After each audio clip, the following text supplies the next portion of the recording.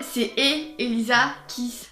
Donc dans cette vidéo, je vais vous donner des petites astuces, des petits conseils pour éviter au maximum le réchauffement de la planète. Parce que nous en tant que jeunes, c'est vraiment notre génération qui a impacté. On fait des manifs autour du climat, mais on n'agit pas forcément à côté, alors qu'il y a plein de petites choses à faire au quotidien qui pourraient améliorer et rendre meilleure notre planète. Et c'est ce qu'on va voir dans cette vidéo, c'est parti. Premier conseil, c'est d'éviter d'installer une clim ou de mettre la clim trop fort. C'est pareil pour le chauffage, quand c'est pas nécessaire, mettez-le pas.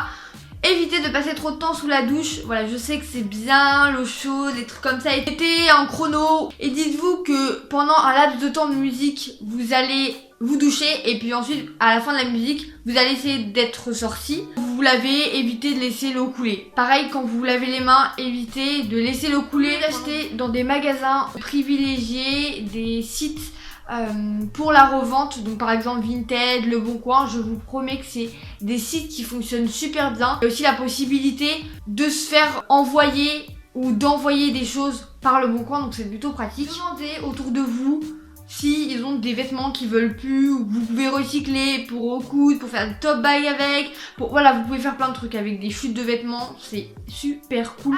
Ça aussi, vraiment, j'adore le concept, c'est culotte de règle. Ça fonctionne super bien, j'ai entendu que des bons retours dessus. Vous avez aussi les serviettes hygiéniques réutilisables, donc vous les passez à la machine à laver. Donc les culottes de règle et les serviettes hygiéniques réutilisables sont beaucoup moins chimiques et polluantes pour la planète Terre que des serviettes hygiéniques que vous achetez en magasin. Vous avez aussi les cotons réutilisables. Au lieu d'acheter des paquets de coton ou des paquets de coton-tige, investissez dans des choses que vous pourrez réutiliser. Donc les cotons, vous passez votre lotion, machin, vous en achetez une dizaine des réutilisables. Vous pouvez même les faire vous-même, je pense que c'est possible.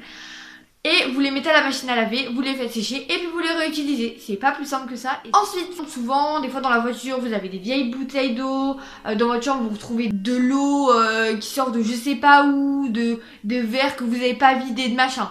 Au lieu de le vider dans l'évier pour que ça aille dans les égouts, utilisez-le pour vos plantes, à moins que cette eau contienne des substances chimiques ou du savon, des choses qui seraient pas bonnes pour les plantes. Alors ça, c'est aussi compliqué, je pense pour beaucoup d'entre nous, c'est diminuer sa consommation de viande et de poisson. On dit stop aux produits chimiques et on favorise les produits naturels. Je sais pas, par exemple le vinaigre blanc, vous pouvez l'utiliser pour faire plein de choses durant votre ménage. Ce que je veux dire, c'est que vous pouvez remplacer les produits chimiques par des produits naturels. Vous avez plein de tutos sur YouTube. Je vous conseille de le faire vous-même ou d'utiliser des savons solides. Ça, c'est la base. Ça, j'ai découvert cette révolution là avec ma soeur. Et dès que vous l'avez fini, bah voilà, vous l'avez fini. Enfin, vous avez même plus de déchets. Alors que quand vous terminez une bouteille, vous avez un déchet. Vous avez, en fait, en achetant quelque chose, vous avez acheté aussi le déchet qui va avec.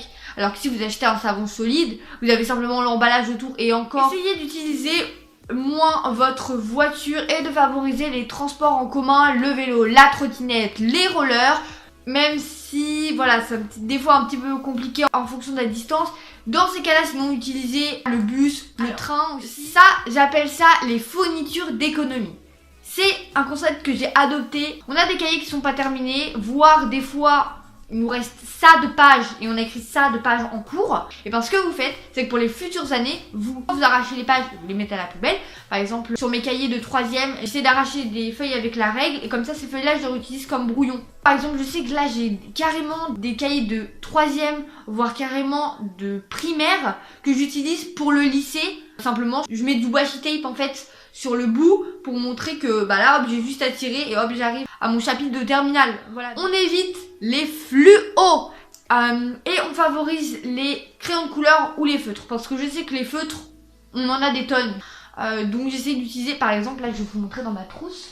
Ce fluo là, ça fait depuis... Attends, j'ai acheté ça quand? Ça fait depuis la 4e que je l'ai. Par exemple, là vous voyez, là c'est une sorte de feutre crayon et je l'utilise comme fluo. C'est des mines épaisses donc c'est un avantage. Concernant le maquillage, évitez d'acheter trop de make-up, voilà, très important, plantez vos propres arbres. Voilà, si vous avez un mini jardin, un mini balcon, un petit truc comme ça, essayez de faire des petites plantations, je sais pas moi, planter des framboisiers, des bananiers, voilà, si vous avez assez de place, planter des tomates cerises, enfin je sais pas comment ça s'appelle, genre le fil de tomates cerises, je sais pas comment ça s'appelle, mais ça vous fait de la bouffe pour vous. Moi en été, je sais que quand je me réveille le matin, la chose que je kiffe faire, c'est sortir dans mon jardin et aller ramasser les framboises.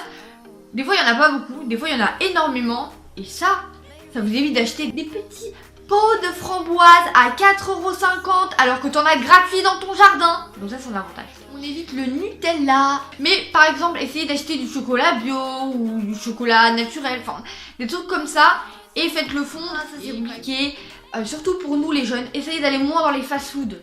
Trop compliqué, on est tous là en mode ouais McDo l'a dit, Burger King l'a dit, nanana dit.